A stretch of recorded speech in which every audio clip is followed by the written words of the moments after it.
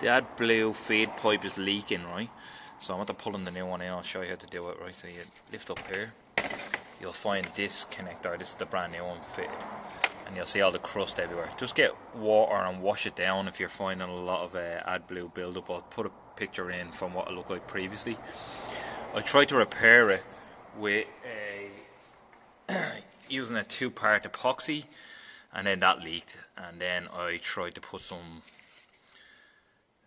Tiger seal on it. It's like a flexible sealant, and the pressure is just too high, it just won't take. So it slowed it down a little bit, and yeah, so that wasn't a fix for me. So what I done was, what you have to do is you have to remove this coolant bottle, which you don't really have to do much. Just pull the tab up. It's a little tab in there. Pull it back. You can see it kind of moving there. And if you're familiar with any of the Volkswagen connectors, they're all the same. And then there's 2 little tabs there. You can just kind of pull it up out of its housing and just move it slightly back here a little bit. You don't have to disconnect anything. Then there is a cover, which is very difficult to see. I have it out, so I'm gonna actually take it off. I didn't actually undo anything, but obviously undo this pipe first. This connector here is plastic. It's very, very brittle. Like, I have a feeling that many a technician have broken these over the years on the injector itself. I'll kind of show you what it looks like if I could find the part. Hang on one second. So to undo it, you just push the 2 clamps together like this. So just squeeze them 2, and you can kind of see it there. So you can see the action of the inside there, moving it apart. So when you pull it off, slide it off, and it'll be clipped into here and round around, clipped into here.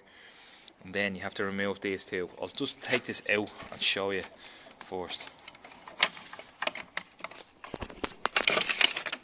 So this part you have to take off. Just it'll be impossible to get it fed down through it. So you have to remove these the 2 fuel lines. So they just pop out. If you catch a little screwdriver behind that and just slowly, again, this is all plastic, so just watch out. Pop that out. Pop the AdBlue feed line out of this one, and the other fuel line out of this one. And then that pries off the body on 2 screws. They're not like, you just have to get a screw, some type of pry tool down there, a large screwdriver, and pry it off. I'll show you where the 2 screws are. So there's one down here, and one at the back down here. And then this part was the trickiest part. So the 2, it's a little bit awkward with one hand, sorry. The 2 fuel lines go on the inside here, and then the AdBlue pipe goes on the outside. So you have to kind of, I had to come down and undo this clip. I'll turn it here so you can see it. Sorry, this is all over the place. So this, I pried this out from this hole. So that sits in that hole there. I'll try to spin it back around to show you which way it goes in. So it sits in like that. So I pried in and pushed it out. All from here with a longer pry bar. Like this size pry bar. You could probably use a long pry bar and just kind of pried that out and got it out. And then I couldn't get this one off down here because it's just too tight, and I just turned it. So once I got it out and turned it, I could get the 2 pipes out, and then the 3 pipes run through this cowling here, which is sliced for you, so you'll have to go on, and then that goes into the chassis leg there. You can kind of see it here, the part that goes into the chassis leg, and then sits down obviously with this part. Okay, that's too long-winded conversation there for that. So what I done then was I got the new pipe, which is here, and cut the top off the old one. I'll show you that from the other end now. So I cut the top off it, and I cut back this is the old pipe here, and it's attached on. Instead of feeding a wire down through it or anything like that, I cut back the sheathing, or whatever you call that, the insulation, and there's a wire running down, what runs all the way down to the bottom here. So my idea was that I tied it on, I cut back about a foot without cutting into the wire, and I'll show you later on the video when I undo this, and then just wrap the wire all the way around it. You can kind of see the wire wrapped around there, and just taped it all up. There is a block connector here which was very tight coming out of the last 6 inches or so. I potentially would have torn that a little bit more, but yeah, and then just fed this all the way through. Worked out pretty well. I'll show you in the next part of the video. So the first thing I'd actually probably do is I'd probably run and take all these covers off here. There's a couple of 10s that hold it on, and a couple of 25 Torexes like this one here. I think there's like 4 25 Torexes, and a couple of 10s ran down. They're just literally wind them off. They actually don't come off, they're plastic clips all the way down. And then when you get to about here, there's another cover that covers this part here. It looks like that, and there's a couple of 20 Torexes in there as well, or 25 Torexes, sorry. And then I had to take the wheel off to get this one. I just couldn't get that one down. So we're gonna look up here. Sorry, it's a little bit blurry. Focus. And that's where the pipe is, so it's right beside the fuel tank here. So the actual lines run along this chassis leg here, or part of the body.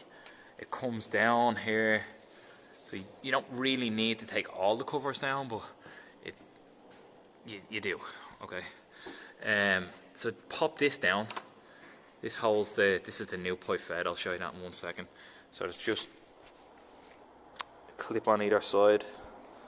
It's probably best to look at it like that. A clip here, you can see it there, and a clip on that side, and you just pry it off, literally pull it down, and the 3 pipes clip into that. So once that's down, you want to disconnect your same gig as before, push the two little tabs in and pull it apart. That all clips into a housing up there and a couple of pipes, and there's a wiring loom here, same as the coolant bottle one. It runs in, it kind of runs up around here and clips into this one, up here, and then into that. So what I done was, I kind of previously mentioned it, so I cut back this insulation, and then there's the inner core with the pipe in it, and these pipes. So I just pre-taped this end up. It's just with tape, so it runs smooth. And then the block connector back here, you can see it there, and tape that on.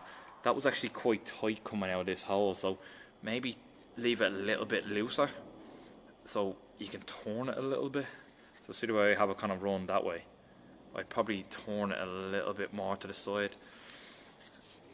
And then what I done was I cut back all this down and wound this tape off and cut the inside pipe out, and just used the electric cable from the original pipe and wrapped it around it, tied a little knot, and taped all that up. So then I pulled it through with that. Worked out pretty well. So I'll end up putting it back together. If I have any other snags, I'll give you a shout. It's quite long, it's about 8 foot long. So this just shows you what it's like when you first come to it. So if you just get a hook and pull that down, this will come down. You can see this pipe sits into another little channel here. Doesn't go into that one. And then them two go in there. The pipe runs up. That's what it looks like when it's all clipped back in. This is the new part fitted. You can see the block connector up here as well. So that's actually, it actually pushes into a one up there as well. So it all kind of clips in real nice, and the wires go into this little clip here.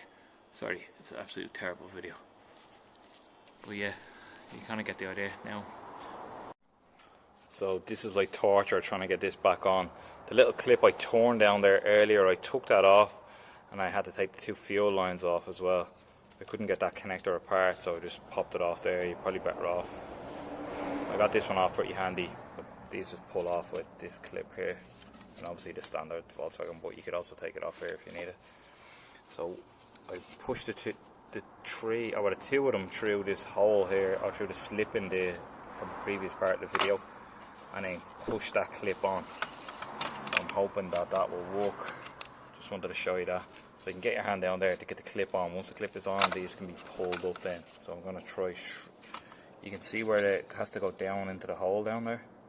So this part down here, obviously it's upside down now, but that part will feed into that hole. And then there's a little grommet down there that fits into it as well, this little thing here. And then push it all back together. Hopefully I'll show you in 2 seconds. On the clip I turned earlier to get it out. You can't really see it there now. You can just kind of see it down here. It's actually just there. It's very difficult to see. But I had to take that fully off. There it is there actually. I had to take it fully off, and then you clamp it in here and then push it onto that clip there to grab them. So once they're through the bottom part here, through the little slice, then you feed the two inner pipes up, the blue and the black one, and then the AdBlue pipe can just clip in on the outside. It is super awkward. Like, I'm here about 40 minutes. After clearing all the codes, this light was on the dash and it wouldn't reset, so you have to fill it full of AdBlue all the way to the top, and you'll have to drive the car and it will just automatically reset after like maybe a day of driving. It went off then. There's no code for it in the engine ECU or anything like that, so that's the only way I found to get this light away. Other than that, it's pretty straightforward. There is some tests you can do in VCDS, and you can activate the pump and stuff like that, but nothing really wanted to reset it. So just make sure there's no leaks on the system, all your work is all good, and then just drive it on and see how you get on. This was the original code we had in the vehicle, P20E8.